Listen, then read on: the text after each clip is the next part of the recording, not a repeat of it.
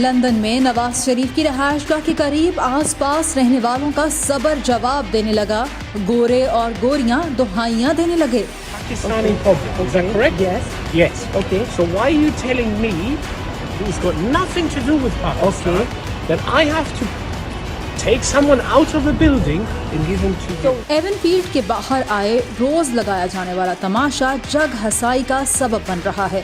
This is a primary school.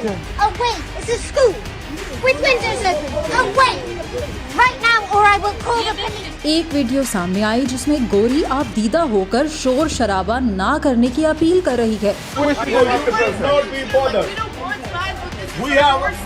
There's children being raised here and you guys are screaming eat shit in front of here on a Sunday when it's our only day to relax. It's not fair. पाकिस्तानियों के रिवायती नारे, loud speakers पर एक दूसरे के खिलाफ नाजेबा अल्फाज और ढोल ढमक्कों से मकामी रिहायशी तंग पड़ने लगे।